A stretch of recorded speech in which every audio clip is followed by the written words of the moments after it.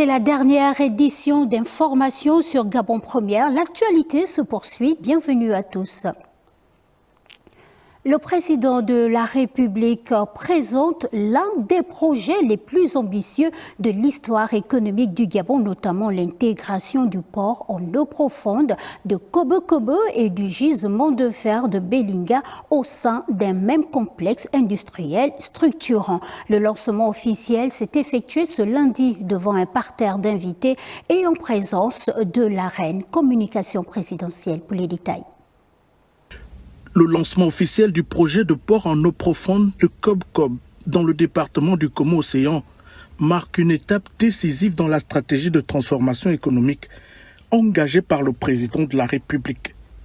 Conçu comme l'un des plus importants projets d'infrastructure de l'histoire du Gabon, ce futur complexe portuaire ambitionne de positionner le pays comme un hub logistique majeur en Afrique centrale. Cette réalisation symbolise aussi une volonté collective, une volonté populaire, celle de bâtir un modèle de développement fondé sur la transformation locale, l'industrialisation, la création de valeur et l'intégration régionale. Sous l'impulsion de son Excellence, le Président de la République, le Gabon affirme aujourd'hui une stratégie claire, devenir un hub logistique et industriel au cœur de l'Afrique centrale. Fruit du partenariat conclu entre l'État gabonais et Africa Global Logistics, filiale du groupe MSC, leader mondial du transport maritime. Le projet s'inscrit dans une vision globale de valorisation des ressources nationales, notamment le gisement de fer de Belinga, tout en renforçant les capacités logistiques et industrielles du Gabon. Au-delà de sa dimension économique, Kobe-Kobe porte de fortes attentes au plan social. Les projections annoncent la création d'environ 9 000 emplois directs et près de 100 000 emplois indirects au cours des différentes phases de réalisation et d'exploitation. Autour de votre vision, Excellence Monsieur le Président de la République, seront réunis les plus grands leaders, chacun dans leur domaine respectif. AGL pour les infrastructures portuaires et logistiques, China Railway pour le développement ferroviaire et les wagons et locomotives seront américaines, EDF, Sino Hydro, General Electric pour les infrastructures énergétiques, notamment le barrage hydroélectrique de Boué, Fortescue pour l'expertise minière et industrielle, Trafigura pour la commercialisation internationale des minerais et des produits transformés. Ces entreprises comptent parmi les références mondiales de leurs secteurs respectifs. Si elles sont ici aujourd'hui, c'est parce qu'elles croient au potentiel du Gabon, de ce projet, mais surtout parce qu'elles croient en votre vision, Excellence Monsieur le Président de la République. Ces perspectives ouvrent de nouvelles opportunités pour les jeunes Gabonais dans des secteurs variés tels que le bâtiment, la logistique, les transports, les services, l'hôtellerie ou encore la maintenance industrielle. Le projet devrait également stimuler l'émergence d'un tissu économique local dynamique grâce à la participation des petites et moyennes entreprises nationales dans les activités de sous-traitance, de fourniture de biens et de services. Monsieur le préfet du Komo-Océan, je ne saurais commencer mon propos sans vous rassurer de ce que votre préoccupation légitime par ailleurs a déjà été prise en compte par le président de la République, chef de l'État, chef du gouvernement, qui a donné des instructions fermes en la matière pour que les communautés locales soient prises en compte d'une part, mais aussi que la RSE irrelative soit basée sur la construction d'écoles, de structures sanitaires et d'infrastructures liées à l'épanouissement personnel. Les retombées attendues concernent aussi le développement des infrastructures routières, l'amélioration de la mobilité des populations et l'apparition de nouvelles zones d'activité économique pour les communautés du Komo-Océan. Kobe-Kobe représente aujourd'hui l'espoir d'un développement territorial accéléré avec l'installation progressive d'équipements publics, de services de proximité et de nouvelles opportunités entrepreneuriales. Le projet pourrait ainsi contribuer à un meilleur équilibre du développement national et à une répartition plus harmonieuse des investissements sur le territoire.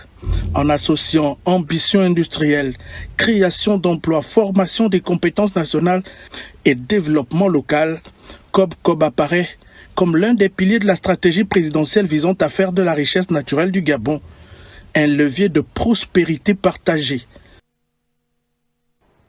Le Gabon et l'Union européenne poursuivent le renforcement de leur coopération à travers un dialogue placé sous le signe du multilatéralisme. Réunis autour des enjeux de l'accord de Samoa, les responsables gabonais et européens ont réaffirmé leur engagement en faveur d'un partenariat plus étroit au service du développement et des intérêts communs. Raymond Savo, Peter Manfumbi.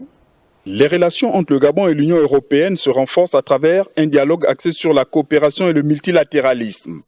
Ce dialogue est donc une opportunité d'assurer une compréhension mutuelle, de tracer une feuille de route avec des objectifs communs et peut-être aussi de dynamiser notre manière de travailler ensemble. Ce dialogue vise donc aussi à permettre des regards croisés et une concertation sur certains sujets régionaux et multilatéraux. Ces échanges s'inscrivent dans le cadre des réflexions menées autour de l'accord de Samoa avec pour objectif d'approfondir les relations de partenariat entre le Gabon et l'Union européenne. Ce dialogue constitue à cet égard un instrument essentiel de notre coopération. Il permet non seulement d'évaluer avec lucidité les progrès accomplis, mais surtout de définir avec responsabilité les orientations futures d'un partenariat appelé à s'adapter aux évolutions profondes de notre environnement commun. Cette nouvelle étape est celle de la responsabilité, de la stabilité institutionnelle et de l'efficacité de l'action publique. Elle repose sur une exigence claire: restaurer la confiance entre l'État et les citoyens, renforcer la performance de nos institutions et garantir une gouvernance fondée sur l'efficacité, la transparence et la redevabilité. En ouvrant les travaux de cette rencontre, le coordonnateur de l'action gouvernementale a rappelé les principaux enjeux de cette coopération, tout en réaffirmant la vision du chef de l'État en matière de développement, de gouvernance et de partenariat international. Dans la sous-région d'Afrique centrale, notre pays continuera d'assumer pleinement ses responsabilités en faveur de la stabilité, notamment au sein de la CEAC, de l'Union africaine en contribuant aux efforts collectifs de prévention des conflits, de sécurisation des espaces maritimes, en particulier dans le golfe de Guinée, et de lutte contre les formes transnationales de criminalité, y compris la criminalité environnementale.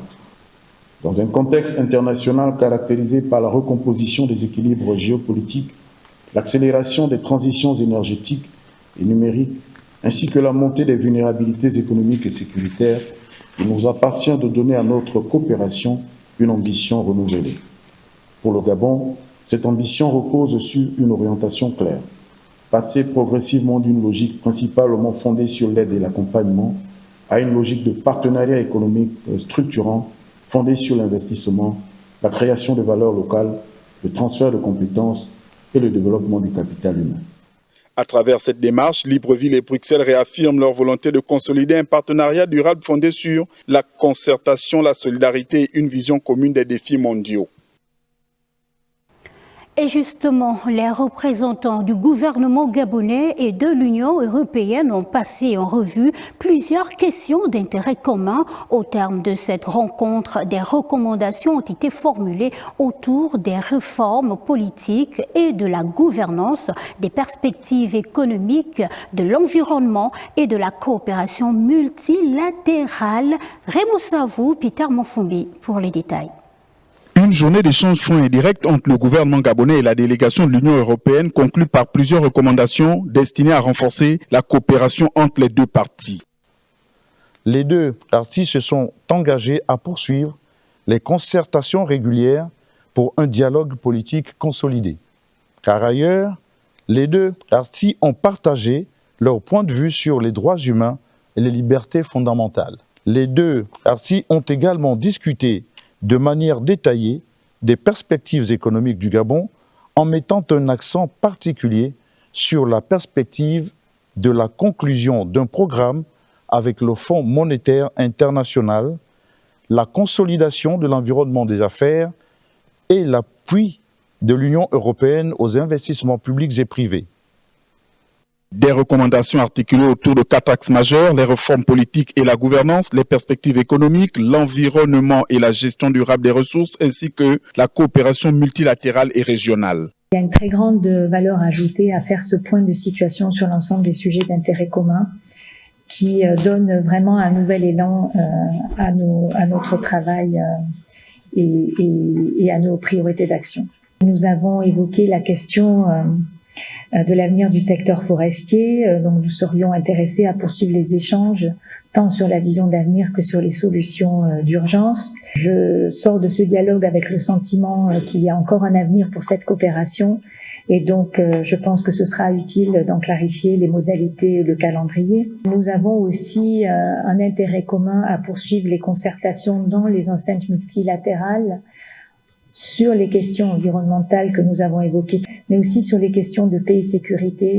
Cette rencontre a permis d'identifier des pistes d'action concrètes pour consolider le partenariat entre le Gabon et l'Union européenne. Pour le président de la République gabonaise, chef de l'État, chef du gouvernement, son Excellence Brice Clotaire Oligui Nguema, le message qu'il adresse aux Gabonais est simple. Pas de dignité sans effort. À la faveur de ce dialogue, aucun sujet n'a été tabou. À travers nos échanges, nous avons pu lever toutes les zones d'ombre. Nous avons pu nous rassurer que la trajectoire que nous prenons est la bonne. Nous avons choisi de faire un saut qualitatif. Cela a été évoqué dans le cadre de la sécurité maritime. Nous passons d'une coopération de présence à une coopération de capacité. Capacité sur toutes les questions.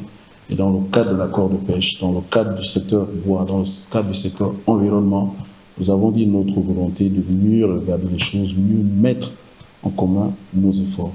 Une volonté commune de faire du dialogue et de la coopération des leviers essentiels pour relever les défis à venir.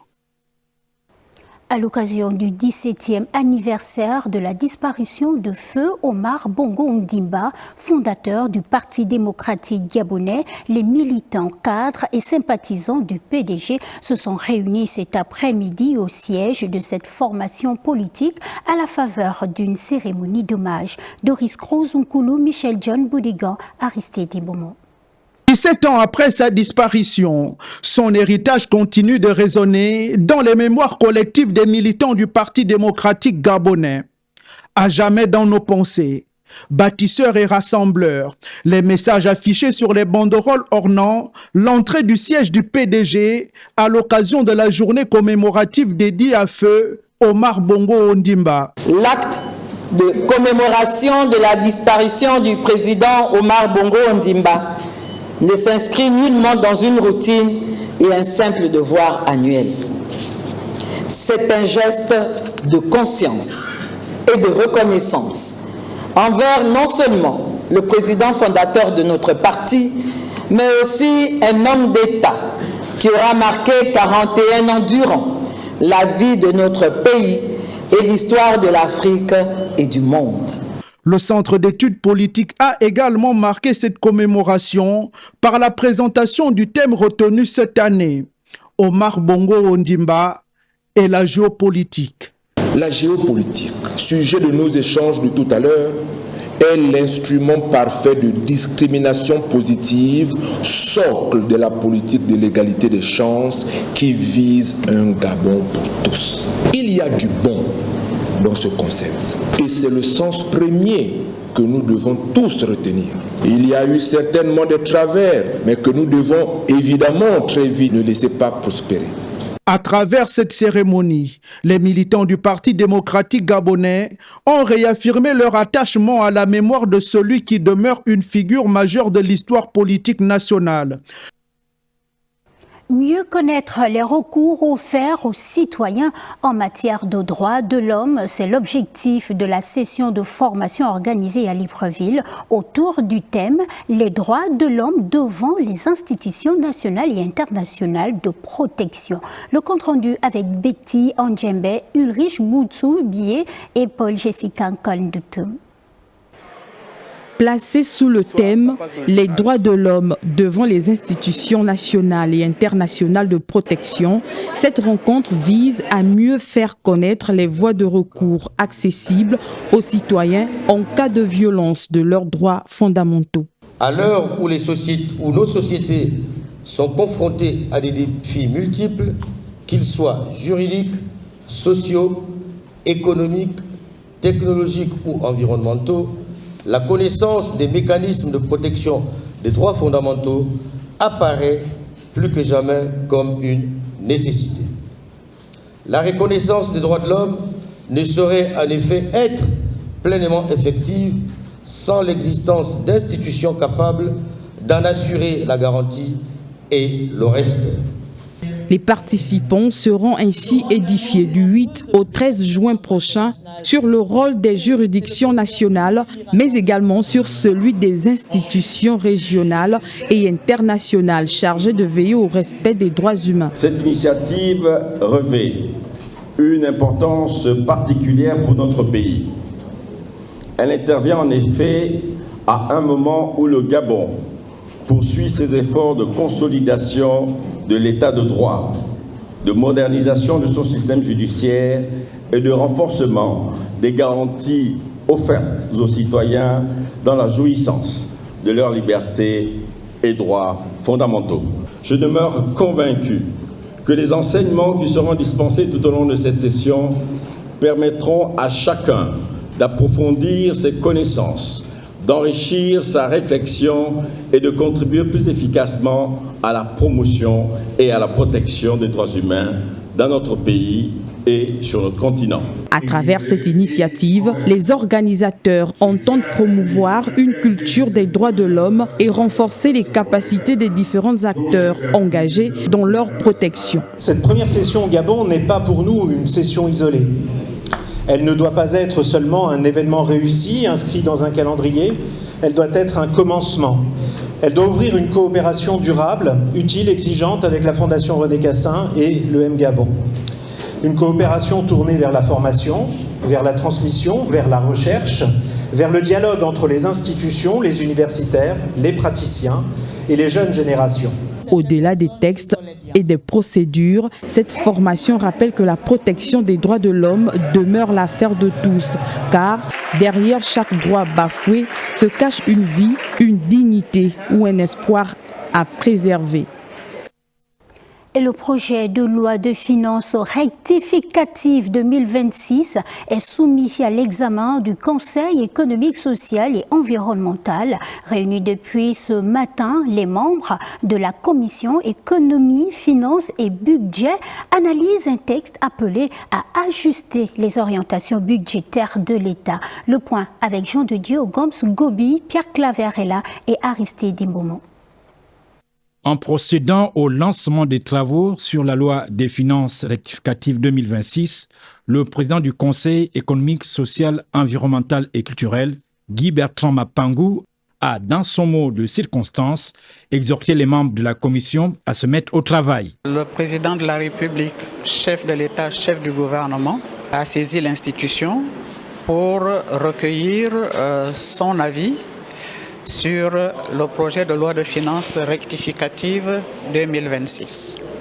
Après ces travaux, la commission permanente devra prendre connaissance du travail de la commission et à la fin se prononcer et apporter des amendements. Cet exercice soumis aux différents membres devra leur permettre de prendre non seulement connaissance, mais aussi d'examiner avec beaucoup d'intérêt le projet de loi de finances rectificative 2026. Nous avons une dizaine de jours pour examiner tous les points et soumettre notre avis au président de la République. Les commissaires ont 7 jours de travaux pour formuler leur avis. Et le dossier de cette semaine est consacré aux accidents de la route. La période de grandes vacances scolaires donne l'occasion de voyager vers l'intérieur du pays pour de nombreuses familles, bien sûr. Face aux accidents de la route et aux conducteurs parfois imprudents, la sensibilisation reste toujours d'actualité. On en parle avec Nathalie Oquet et Gérard Mindou. Alors que nous sommes en début de grandes vacances scolaires, on enregistre des accidents de la route sur certains axes. Ici, dans la zone dite PK8, PK7, pas de grosse affluence. Nous supprenons 2 automobilistes de longue ligne, Libreville-Makoko, longue de 545 km. On ne peut ne pas voir la mort et aller entrer. Il n'est pas bien de consommer des alcools, et surtout quand on est au volant. Parfois, c'est chez les autres que ça amène. Bon, c'est pas peut-être parce que je ne bois pas que les autres qui boivent, si on dit peut-être qu'on est contre eux, non.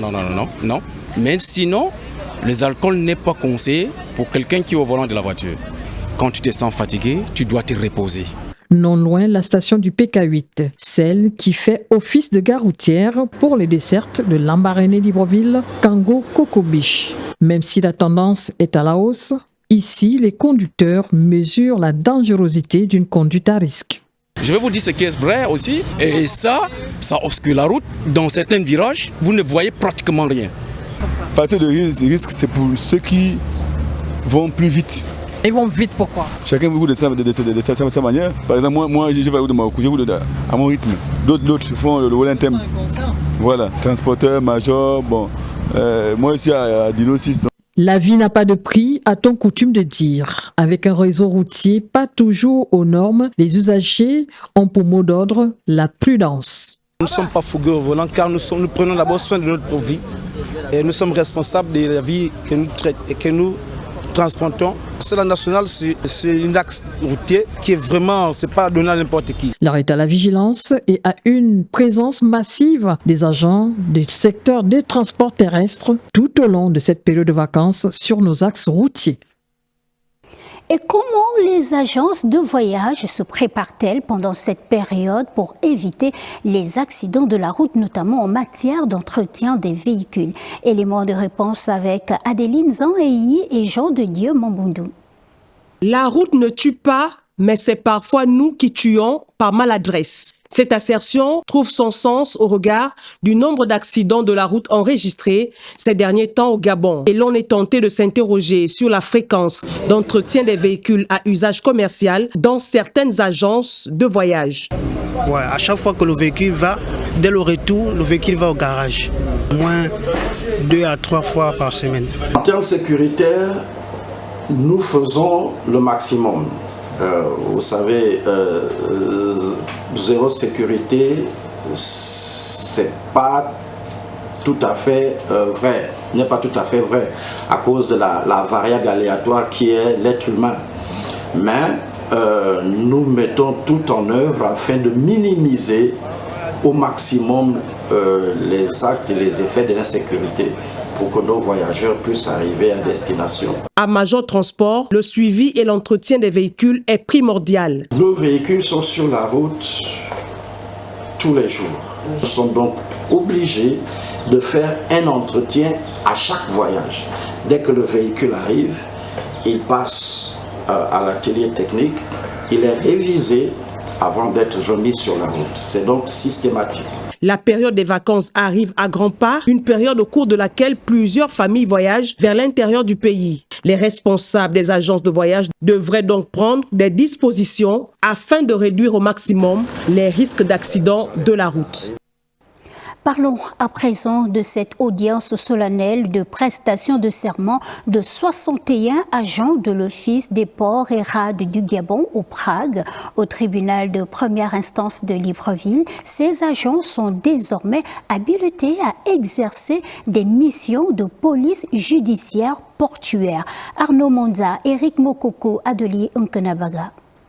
Je jure et promets de bien et loyalement remplir avec exactitude et fidélité. À la tête de la délégation de l'autorité portuaire, Martin Bongi Kouma, venu personnellement témoigner de l'importance de cette étape dans la professionnalisation de ses effectifs. Il était important que beaucoup d'agents puissent prêter serment pour respecter donc le cadre juridique qui fonde l'Office des rades de Gabon, notamment en ce qui concerne les missions de police portuaire et autres qui exigent que les agents soient assermentés afin de pouvoir donc mener les enquêtes librement. Cet acte solennel consacre l'accession de ces agents à des fonctions spécifiques dans l'exercice des missions de contrôle, de constatation et de préservation de l'ordre au sein des espaces portuaires placés sous l'autorité de l'OPRAG. Les officiers et maîtres de port, garants de l'application des règlements généraux et particuliers de police et d'exploitation, sont à cet instant précis assermentés et demeurent les seuls autorisés à verbaliser les infractions. Dans cet élan, je pourrais enfin pouvoir dresser des procès-verbaux et pouvoir coller des amendes aux différents contravenants. Nous allons intervenir sur le terrain en tant que des officiers portuaires, en tant que des OPJ, de compétences spéciales, et nous allons représenter le domaine portuaire. Cette démarche intègre la vision portée par le chef de l'État, qui place le renforcement de la gouvernance publique, la transparence administrative et l'optimisation des recettes publiques au cœur des priorités de la Ve République. Prêter serment, c'est jurer fidélité à la loi et à la République. C'est s'engager à accomplir ses devoirs avec probité, intégrité et impartialité.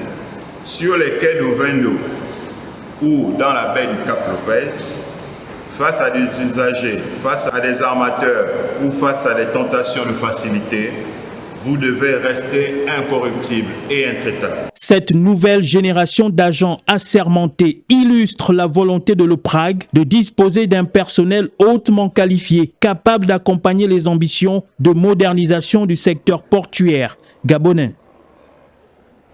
Conformément aux hautes instructions du président de la République, Brice Clotaire Oligui Nguema, le gouvernement a lancé ce lundi 8 juin 2026 une campagne nationale de vérification des épargnants de la Poste SA. Gaël Bimba, Okoko pour les détails. Une nouvelle étape vient d'être franchie dans le processus de traitement du dossier des épargnants de la Poste SA. Depuis ce lundi, les agences de cette entité à travers le pays, accueille les usagers dans le cadre de la campagne nationale de vérification et d'actualisation des données des épargnants recensés par le liquidateur de la Poste Banque entre 2019 et 2021.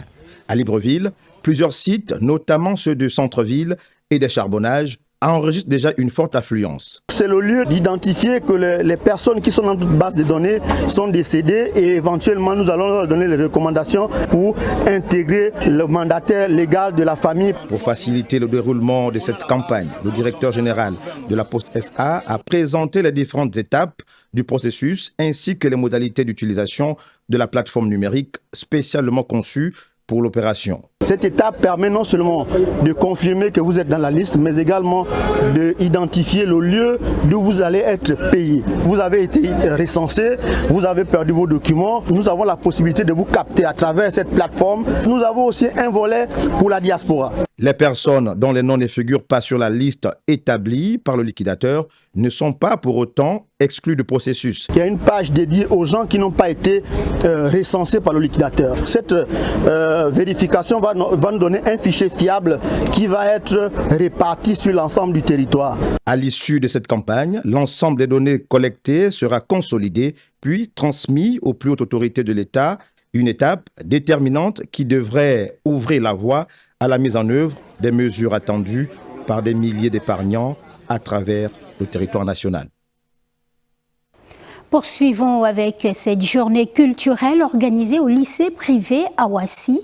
L'établissement a mis à l'honneur la culture gabonaise et africaine. Yannick Menga pour le compte-rendu.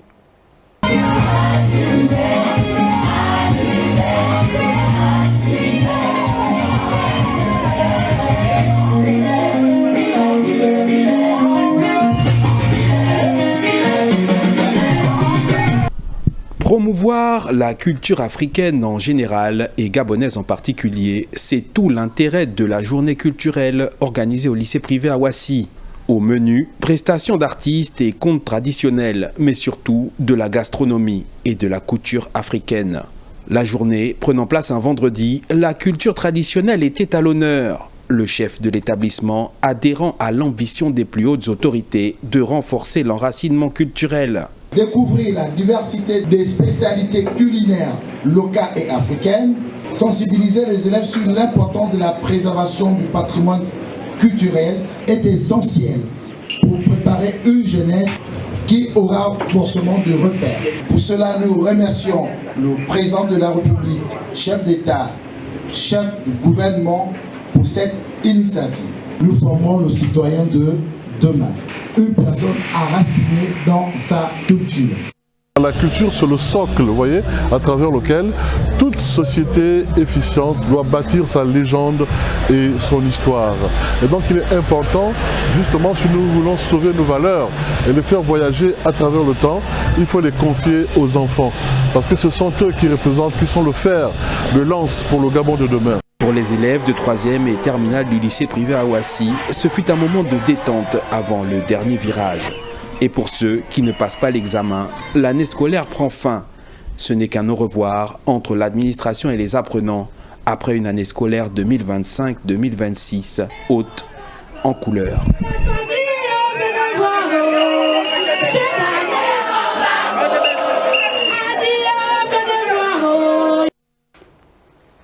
L'enseignant-chercheur Silver Bondobani a présenté ce week-end son ouvrage intitulé « Le naufrage de la Méduse ». L'auteur retrace à travers cet ouvrage la fiction et l'histoire du monde contemporain. Jean de Dieu, Ogons Gobi, Juste Njana, Aristide Imbomo. Ce premier roman de l'écrivaine britannico-gabonaise Edifice Bryce, de son vrai nom, Blanche Machanga, est intitulé Sanctions et peines, l'orage d'une vie, tome 1.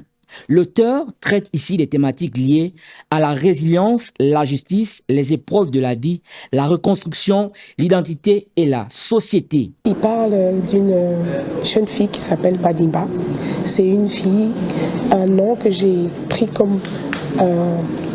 J'ai projeté l'histoire sur ma grand-mère, parce que c'est elle qui s'appelle Badimba. Badimba signifie l'oublier.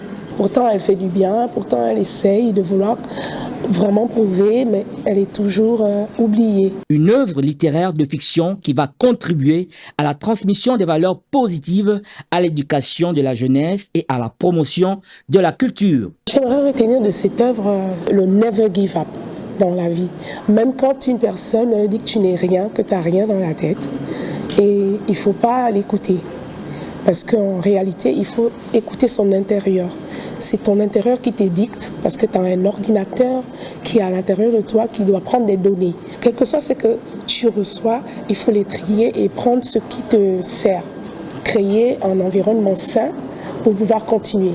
La vertu de la jeunesse, ce n'est pas de changer le monde. Le changement peut être recul, il n'est pas toujours élévation, pas toujours dépassement ni construction. La vertu de la jeunesse, c'est de savoir qu'elle a le pouvoir de changer le monde, disait Dominique Weiner. Vous l'avez su et certainement rectifié, il s'agissait de l'auteur Blanche Matsang qui présentait son œuvre Sanctions et peines. On poursuit ce journal. 48 équipes, c'est le nombre de participants qui vont prendre part à la Coupe du Monde 2026 organisée par le Mexique, le Canada et les États-Unis. Une innovation après plusieurs éditions à 34 sélections internationales, obligeant la FIFA à instaurer une nouvelle configuration. Que nous détaille Léonel Nelio Nguema et Adeline Abemundo. 48 équipes, c'est le nombre de nations qui participeront à la Coupe du Monde 2026, contre 32 lors des 7 dernières éditions du tournoi mondial. Les sélections seront reparties en 12 groupes de 4 équipes. À l'issue des phases de poule, les 2 premiers de chaque groupe décrocheront automatiquement leur qualification, accompagnés des 8 meilleurs 3e. La compétition entrera ensuite dans une nouvelle dimension avec l'apparition des 16e de finale. Puis viendront les 8e, les quarts, les demi, avant la grande finale qui sacrera la meilleure nation du monde. Avec 104 matchs programmés, cette édition 2026 deviendra la plus vaste et la plus ambitieuse jamais organisée par la FIFA. Un mondial plus long, plus dense, plus immense, où chaque rêve prendra davantage de la place sous la lumière de la planète football.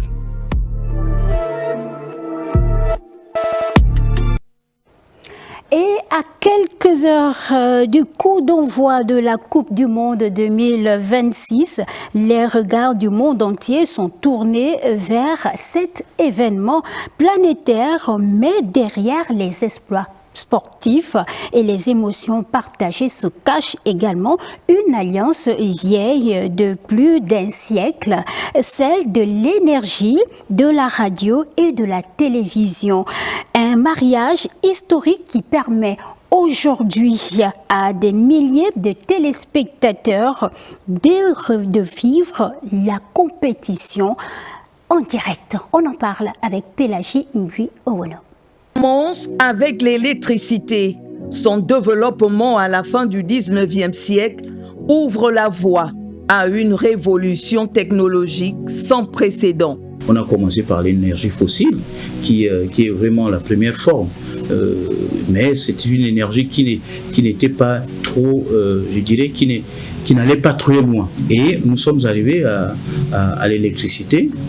L'électricité, pour surtout l'énergie, que ce soit la force nucléaire ou encore l'énergie solaire. Donc ça donne un certain pouvoir à un outil de communication. Grâce à cette énergie nouvelle, la radio voit le jour et devient rapidement un formidable outil de communication capable de transmettre les informations au-delà des frontières. Quelques années plus tard, la télévision vient compléter cette prouesse en ajoutant l'image au son. Dès lors, les grandes compétitions sportives trouvent un écho mondial grâce à la diffusion en direct des rencontres. Ce mariage-là s'impose aujourd'hui avec beaucoup de pertinence et beaucoup d'intérêt dans les voies de communication que nous entendons par la radio, la télévision. Au fil des éditions de la Coupe du Monde, cette union entre l'énergie, la radio et la télévision n'a cessé de se renforcer. Les premiers commentaires radiophoniques aux retransmissions télévisées en haute définition, chaque progrès technologique a permis aux supporters de se rapprocher davantage de l'événement. Aujourd'hui, à l'heure de la Coupe du Monde 2026, des milliers de kilomètres de réseaux électriques, des centres de diffusion ultramodernes, des satellites et des infrastructures numériques travaillent en parfaite harmonie pour transporter les images et des sons aux quatre coins du globe. Ce qui a intéressé les inventeurs et surtout les transformateurs de ce domaine, c'est de voir à quelle portée peut avoir par exemple une communication.